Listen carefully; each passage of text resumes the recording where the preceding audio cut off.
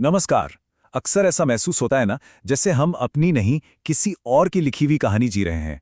आज हम 48 laws of power के 25वें नियम को समझने वाले हैं। एक ऐसा नियम जो हमें अपनी कहानी का लेखक बनने की ताकत देता है। चलिए इस कमाल के सफर पर निकलते हैं। ये जो चीनी कहावत है ना, ये आज की सारी बात का सार है। ये याद दिलाती है कि जिंदगी सिर्फ जिंदा रहने का नाम नहीं है, ये जुनून के बारे में भी है। रोटी जिंदा रखती है, ये सच है, लेकिन गुलाब गुलाब जीने की वजह देता है। तो चलिए इस शक्तिशाली नियम को और करीब से देखते हैं और समझते हैं कि खुद का पुनर्निर्माण करने का आखिर मतलब क्या है। इसका मतलब साफ है, अपनी कहानी पर कंट्रोल करना। सोचिए जरा, जिंदगी एक खाली कैनवस की तरह है। अब ये हम पर है कि ब्रश किसी और को दे दें या फिर खुद उठाएंगे। लेकिन आखिर खुद का पुनर्निर्माण करना इतना जरूरी है क्यों? क्योंकि हम में से ज्यादातर लोग अनजाने में ही एक जाल में फंस जाते हैं। कौन सा जाल? चलिए देखते हैं। कभी ऐसा हुआ है कि गाड़ी चलाकर ऑफिस पहुंचे और अचानक ख्याल आया कि अरे, रास्ता तो याद ही नहीं। बस इसी तरह के ऑटो पायलट मोड पर हम में से ज्यादातर लोग चलते हैं। हम देखते तो सब कुछ हैं, पर सच में गौर नहीं करते। तो यहाँ एक छोटा सा टेस्ट है। अपनी घड़ी को देखे बिना क्या कोई बता सकता है कि उस पर 6 का आंकड़ा कैसा दिखता है? और पता है हैरानी की बात क्या है? 99%, 99% लोग इस सवाल का जवाब नहीं दे पाते। ये दिखाता है देखने और सच में गौर से देखने के बीच का गहरा अंतर।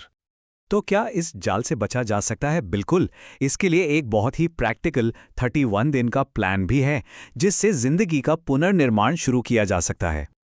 याद रखिए, एक विशाल बरगद का पेड़ भी तो एक छोटे से बीज से ही उगता है। बिल्कुल उसी तरह बड़ा बदलाव छोटे छोटे लेकिन लगातार किए गए कामों से आता है।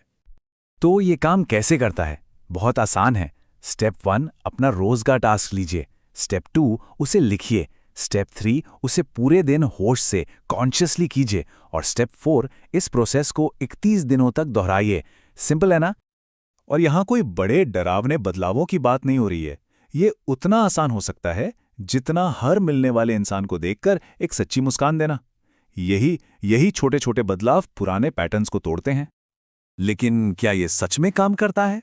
चलिए अब कुछ ऐसी हैरान कर देने वाली असली कहानियों पर नजर डालते हैं जो इस नियम की ताकत को साबित करती हैं।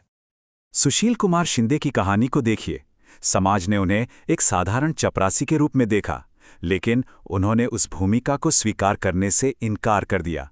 उन्होंने खुद का पुनर्निर्माण किया और महाराष्ट्र के मुख्यमंत्री बने। सोचकर देखिए। फिर उस महिला की दिल को छू लेने वाली कहानी है, जिसे उसके पति ने बेसहारा छोड़ दिया था। लेकिन उन्होंने हार नहीं मानी। उन्होंने चपातियां बनाना शुरू किया और आज वो एक मल्टी मिलियनेयर हैं। ये कहानियां हमें क्या सिखाती हैं? यही कि हमारी परिस्थितियां हमें परिभाषित नहीं करती हैं। तो इन सब का मतलब क्या निकलता है? इसका मतलब ये है कि खुद का पुनर्निर्माण करना सिर्फ सफल होने के बारे में नहीं है, बल्कि ये सच्ची खुशी पाने के बारे में है। कल्पना कीजिए हर सुबह उस काम के लिए उठने की जिससे बेइंतहा प्यार है। यही आखिरी लक्ष्य है, अपने जुनून को, अपने पैशन को अपना पेशा बना लेना। ये हम हर जगह देखते हैं, है ना? डॉक्टर जो असल में इंजीनियर बनना चाहते थे, या एक कलाकार जो कैशियर का काम कर रहा है। जब जुनून और पेशा एक साथ नहीं होते तो जिंदगी में एक अधूरापन सा लगता है। तो इस पूरी चर्चा को इस एक आखिरी सवाल पे छोड़ते हैं। किसी की भी कहानी आखिर लिख कौन रहा है? समाज, हालात या वो इंसान खुद? याद रखिए, कलम हमेशा अपने हाथ में होती है,